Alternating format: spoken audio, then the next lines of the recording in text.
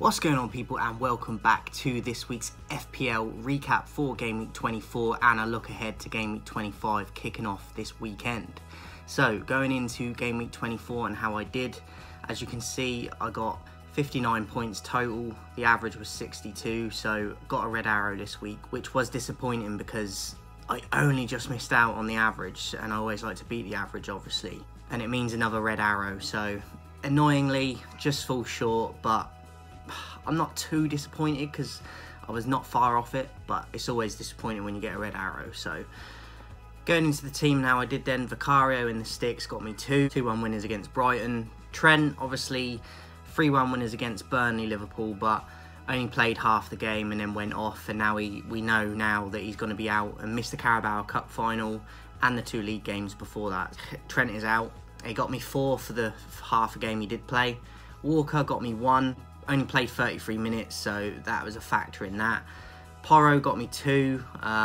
Again, not really returning for me, even though they won. And then in the midfield, Saka got me 15 and returned again. So I've been pleased with Saka in about last 2 or 3 weeks. Scored 2 goals, clean sheet, 2 bonus points. Very happy with the 15 from Saka. Gross got me 10. Scored a goal, got 3 bonus points, even though they lost the game. So very happy with Gross. Scored a penalty, obviously. Palmer got me 10 as well, chipped in very late on in their game against Crystal Palace with 2 assists and got 2 bonus points. Foden I captained again, and he got a little bit of a return, but not what I was hoping. They won the game 2-0, but he only got me 6 points, so I think I got the captaincy wrong this week, but I can live with it because Foden's been good for me most times, most weeks. So. And then in the 3 up front, I went with Watkins, Cunha and Tony. Watkins I viced, and he only got me 2. Played the whole game against United, but obviously they lost 2-1, and he didn't really factor into that a lot, so only 2. Cunha I only brought in last week. I got 19 minutes out of him, and obviously went off with a hamstring injury, and he is another one that's going to be out for at least, I'd say at least a couple of games from what Gary O'Neill has been saying. So he's another one I've got to factor into what I'm going to do with my transfers, and he only got me 1. And then Tony I brought in a couple of weeks back against Wolves in a 2-0 win for Brentford. Scored 1 of the goals, played the whole game, so very happy with Tony. And then my bench, Neto got 2, McGinn got 2, Ben White got 9. And I'm not mad at that he was on the bench. It would have helped obviously if I started him, but look, I can't get it right all the time. Estepinan got 0, so overall I'm pretty happy with my selection. I was just missed out on the points. Just miss out on it, but we go again into Game Week 25 and hope for a better outcome. I had 1 free transfer this week, and with Trent being injured and Cunha, they were the 2 obstacles I had to tackle.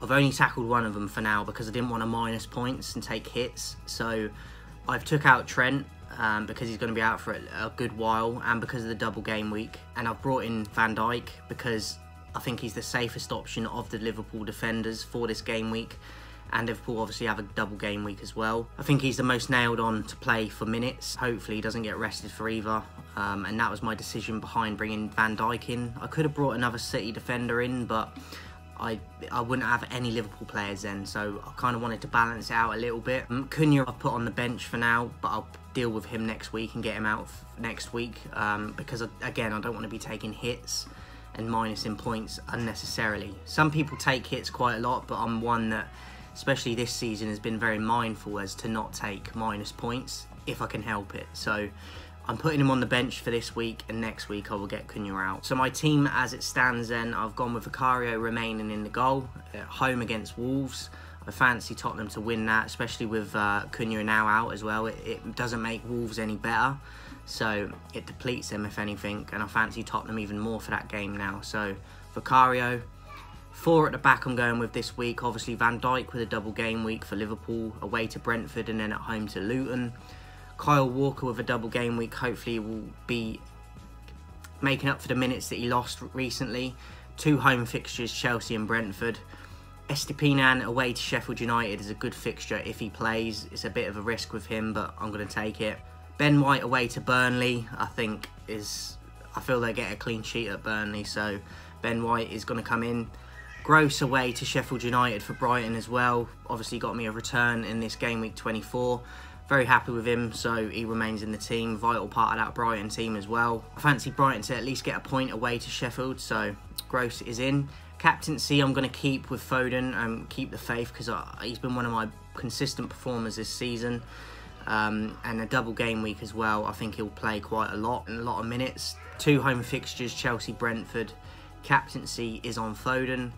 Vice captaincy I'm going to put on Saka away to Burnley. As I said, I feel like Arsenal will win that and probably get a clean sheet. I expect Saka to get a goal and maybe an assist at least. McGinn away to Fulham.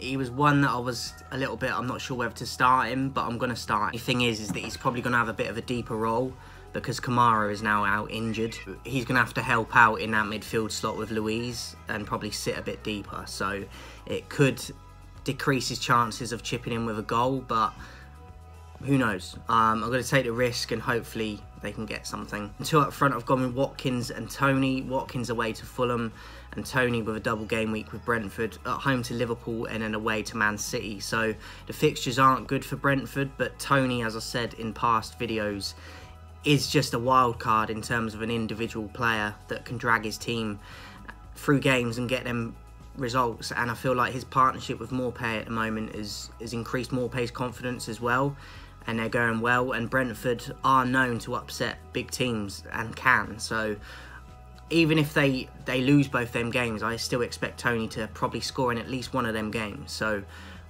I'm keeping faith in him. It's huge faith in him, but I'm confident that he can do it. So double game week as well. He's set for minutes. And then the bench, I've got Neto, first sub Porro at home to Wolves, second sub Cole Palmer away to Man City, and then third is obviously Cunha, who is going to be out for a little while now. So that is it for this game week 25, guys. I hope you enjoyed it. Let me know your team in the comments, who you're captaining as well. Are you using any transfers? Do you have any transfers? And I'll be back tomorrow with a Premier League prediction video as well. Have a good one. See you soon.